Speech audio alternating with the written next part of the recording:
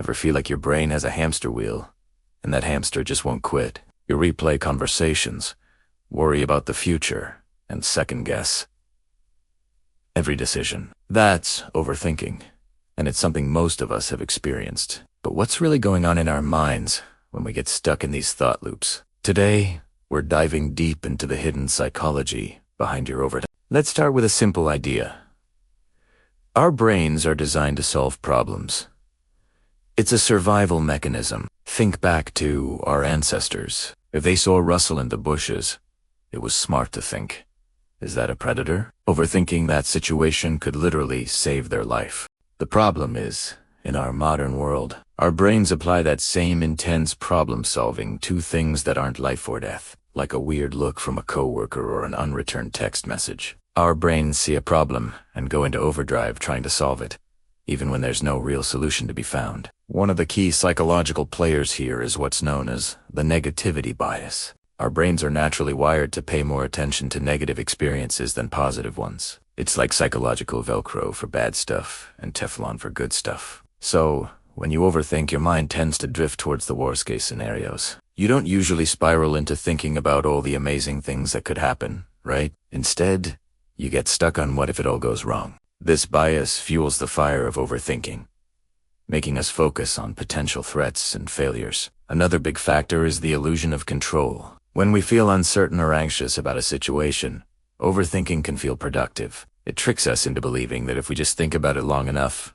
hard enough, we can control the outcome. We think we can analyze our way to a perfect solution and avoid any pain or disappointment. But the reality is, many things in life are simply outside of our control.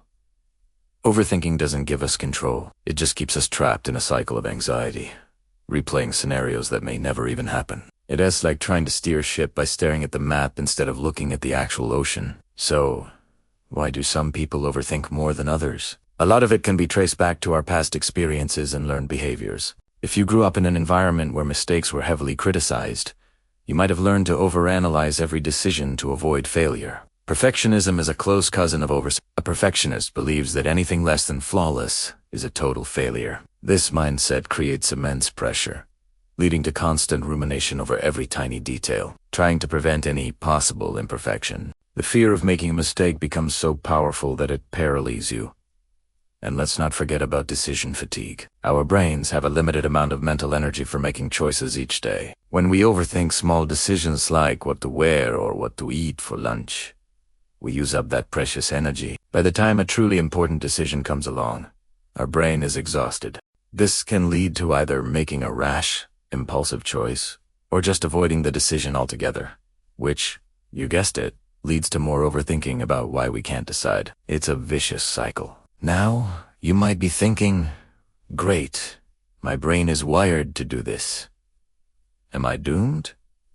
Absolutely not. Understanding the psychology is the first step to taking back control. The goal isn't to stop thinking altogether, but to shift from unproductive rumination to productive problem solving. So how do we break the cycle? The first technique is to become a thought detective. When you catch yourself overthinking, pause and ask, is this thought helpful? Is there an actual problem I can solve right now? If the answer is no, it's just rumination. Acknowledge the thought without judgment. You can even say to yourself, there's my brain doing that overthinking thing again.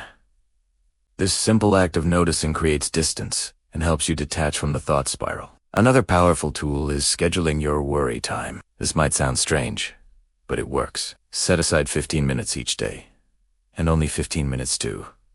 Let yourself worry about whatever you want. If an anxious thought pops up outside of that time, jot it down and tell yourself, I'll think about this during my scheduled worry time. What you'll often find is that by the time your appointment comes around, the issue doesn't seem as big anymore. Or you've already found a solution. This trains your brain to contain anxiety instead of letting it run your whole day. Mindfulness is also a game. Overthinking pulls you into the past or the future, but mindfulness brings you back to the present moment. Try a simple grounding exercise. Focus on your 5 senses. What are 5 things you can see right now? 4 things you can feel. 3 things you can hear. 2 things you can smell. and one thing you can taste. This exercise yanks your brain out of the abstract world of what-ifs and anchors it in the concrete reality of the here and now. And finally, take action. Overthinking thrives on inaction. The longer you sit and think, the bigger the problem seems. Break down the issue into the smallest possible step you can take. Worried about a big project at work? The first step might just be to open a new document and write a title. That's Italiano. Taking one small, concrete step can shatter the illusion of being stuck and build momentum. Action is the ultimate antidote to overthinking, because it proves to your brain that you are capable and in control, not of the outcome, but of your own response. Remember, changing a deep-seated mental habit takes time and practice. Be patient and compassionate with yourself. You're not broken. You just have a very active, problem-solving brain that sometimes gets a little carried away. By understanding the psychology behind it and using these strategies, you can teach that hamster to take a break, get off the wheel, and let you find some peace. If you ever feel like your overthinking is overwhelming and seriously impacting your daily life, please consider reaching out to a mental health professional. Talking to a therapist can provide you with personalized tools and support. You don't have to go through it alone, and help is available.